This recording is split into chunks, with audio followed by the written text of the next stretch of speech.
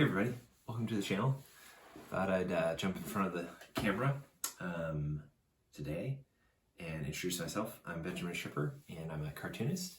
I'm a writer and artist, and my first book, Joe Death and the Graven Image, is coming out next year, 2023 in March. And this is the cover, it's the back cover. It's a cartoon adventure of epic proportions. And I'm really excited for it to be in print from Dark Horse Comics and for y'all to get a chance to read it. This is a small zine that I did called Track Off, which is basically for my son, but it's just a bunch of tractors that he likes. So if you want to go to my website, benjaminshipper.com, you can pick up one at the store there. And I try to make it as fun as possible, and I really like this. I'm planning on doing more zines like this, and I can't promise that these will be around after the first run. So get one there. All right, I'm going to talk about something very important to me, and it's Star Wars, and it's nothing to do with anything new about Star Wars. It is about just my natural affection for the early property of Star Wars, which was under George Lucas. So those movies and the expanded universe, the books, the video games, the comics, everything about it was so expansive to me as a kid, and into adolescence and being a teenager. And now I feel like I have ability to actually contribute in some way that are on my terms, and that I think can add to that world. And so I think I'm gonna make an Ewok Adventures pitch. So I'm going to be doing a series of videos and emails through my newsletter, so please subscribe to my newsletter at my website, benjaminshipper.com, and follow along as I make a pitch to Dark Horse Comics. So I'm not going to make a comic. I'm going to make a pitch to a publisher that has the license to Star Wars, and see what they do with it. Maybe they'll like it, maybe they'll not. They'll pass, but that's really not the point. So I have a few reasons for why I'm doing this. One is my natural affection for all of that early Star Wars life and potential. It just was such an expansive universe, and I still think it is and can be. And it just begs for people to contribute in fun ways. Secondly, boosting audience. My first book, Joe Death and the Graven Image, is a new concept. It's a new character, and so there's an audience for my work, I think, on Instagram mainly, but it's not the size of a major property like Star Wars or Harry Potter or Lord of the Rings, and so of course there's potential for new viewers to be brought in who are into Star Wars and into the Ewoks specifically. So really trying to just knock the socks off of Ewok lovers and comic book fans, and so I'm doing this is fan art. It's not just a single image. It's a series and videos and images, and I really don't like to just do one image of something. That was never satisfying to me. I've tried to do kind of just fan art, just to do one or two images of something from somewhere that I liked, that was popular.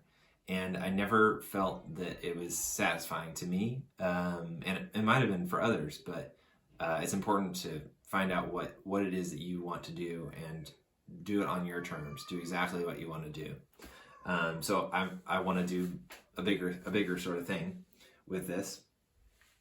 And the third reason why I'm doing this is to sharpen my skills for my next book. So I've just about finished the outline and script for my new book after Joe Death and the Graven Image, and I'm getting ready to draw. And so I want to do something small, smaller than another graphic novel, just to get back in the headspace of doing design and art.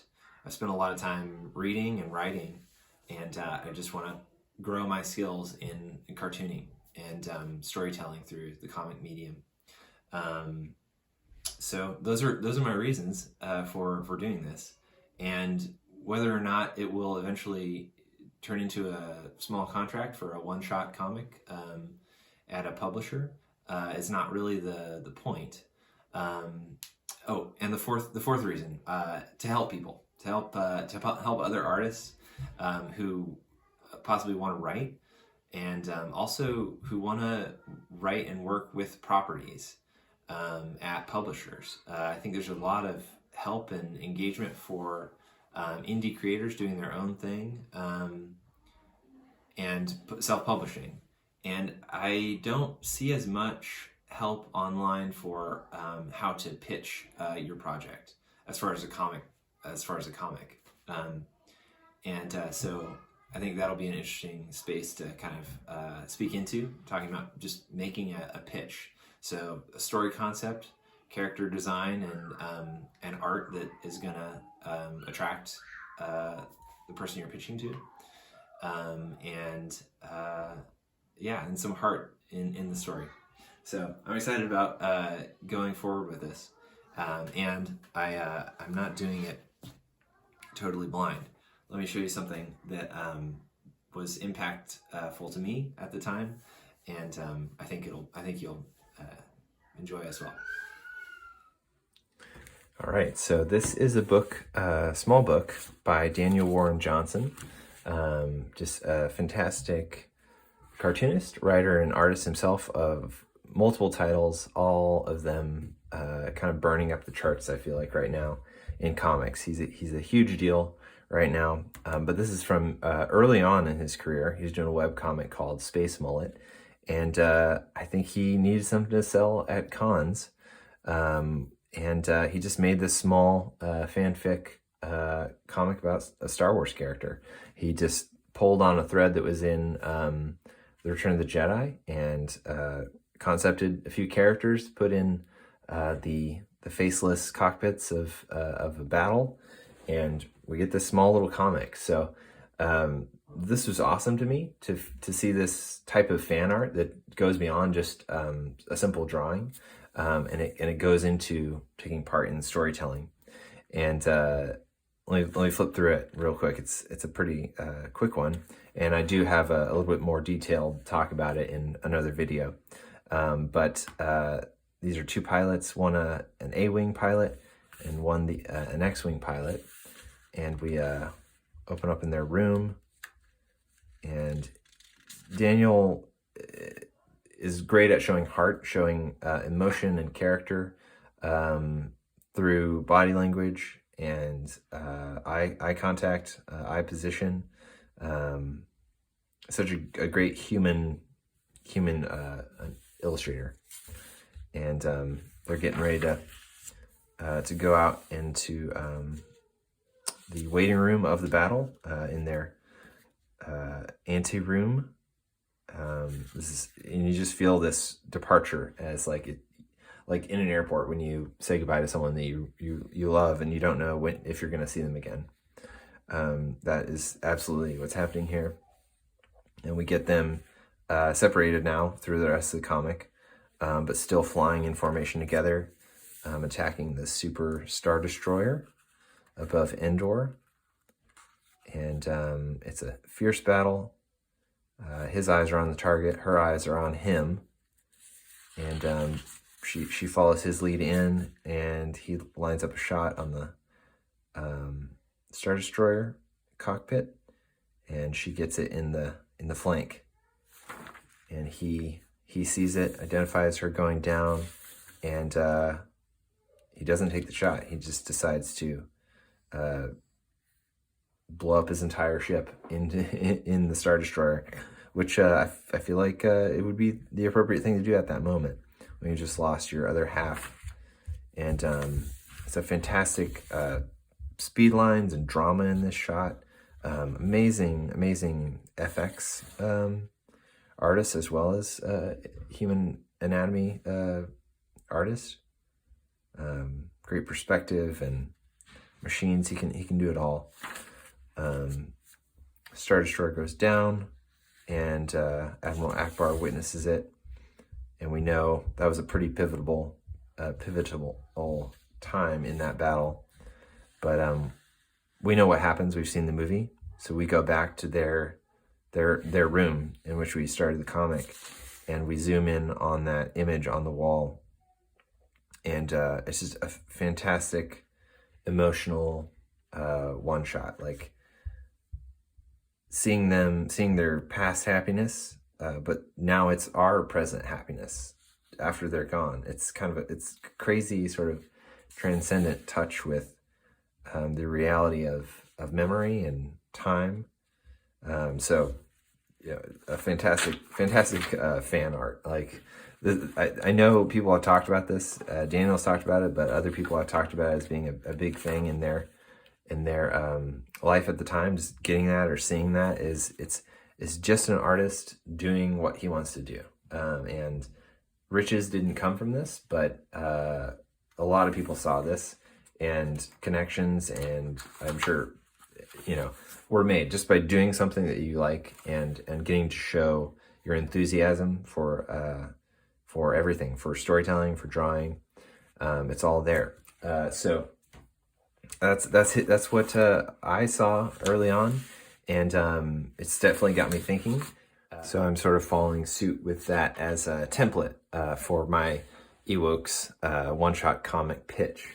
But long before Daniel Warren Johnson got started in his career, I was doing Star Wars fan fiction around the same themes, actually.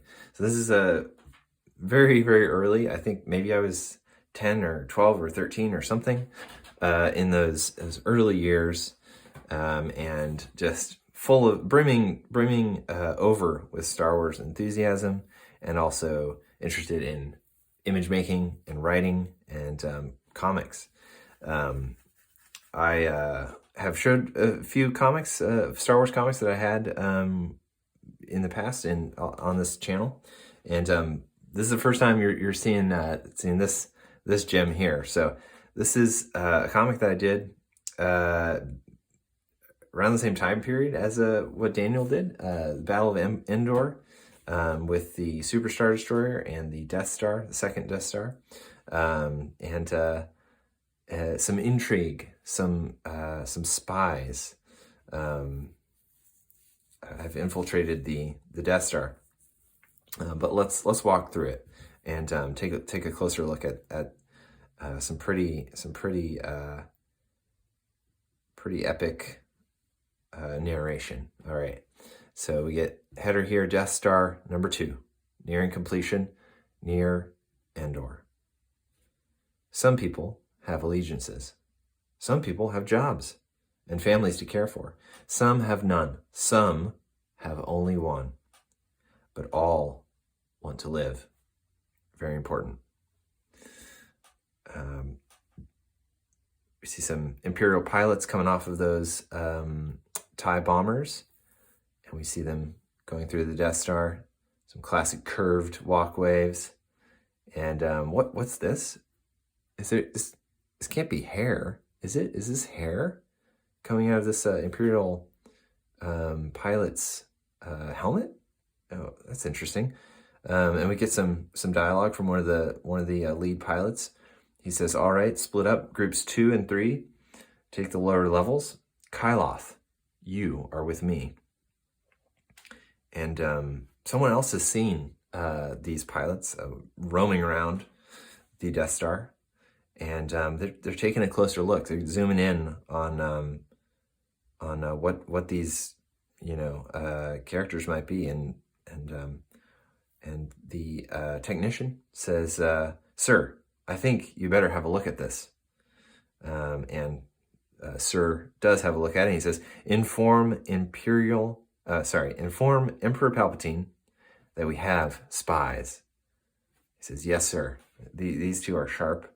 They have caught on that some long-haired, shaggy spies dressed as Imperial TIE pilots are in their base. And pages 3. Here we get that Snoopy Cam verming behind Kyloth and his fearless leader as they delicately tiptoe through the Death Star. And fearless leader turns around, whips around, and says, "Blast it, Kyloth, get down!" And Kyloth doesn't get down. He's kind of a noob, I suppose, right now. And pushed aside, and the fearless leader blasts the Imperial camcorder in the head, and it is down for the count. We see it explode, and we also see an enterprising stormtrooper bringing up the rear, saying, "Hold it right there," as he's shooting. And we get an "Arg" from the leader, identified now as Commander Ano, A-N-O. We still see the cam disintegrating in air. Don't know what happened to the stormtrooper, but we get this quiet moment with these very deflated TIE pilots. And now we see they are Bothan spies. And the younger one, Kyloth, says, "Commander, ... father, ... The father, the commander, says, "All things must die eventually. I promised your mother I'd watch out for you. I have kept my promise. I only have one regret, that I should die in an Imperial uniform." Oh, just the pathos that, I was feeling at this moment, and feeling for this story, and just the classic father dying, and the child bereaved, and in the line of duty, battle. It's all over this. So, extraordinary. I feel like obviously cringeworthy drawing, but I think the more I think about it, pretty impressive actually. So I've saved this. I haven't saved much of my kid art, but I have saved this because I'm actually kind of impressed with the story. So don't expect you to be impressed, but anyway, that's what it was. That I'm showing my credibility as a true Star Wars lover who not only consumed but produced as a part of that world. All right, where are we off to next? Let me see.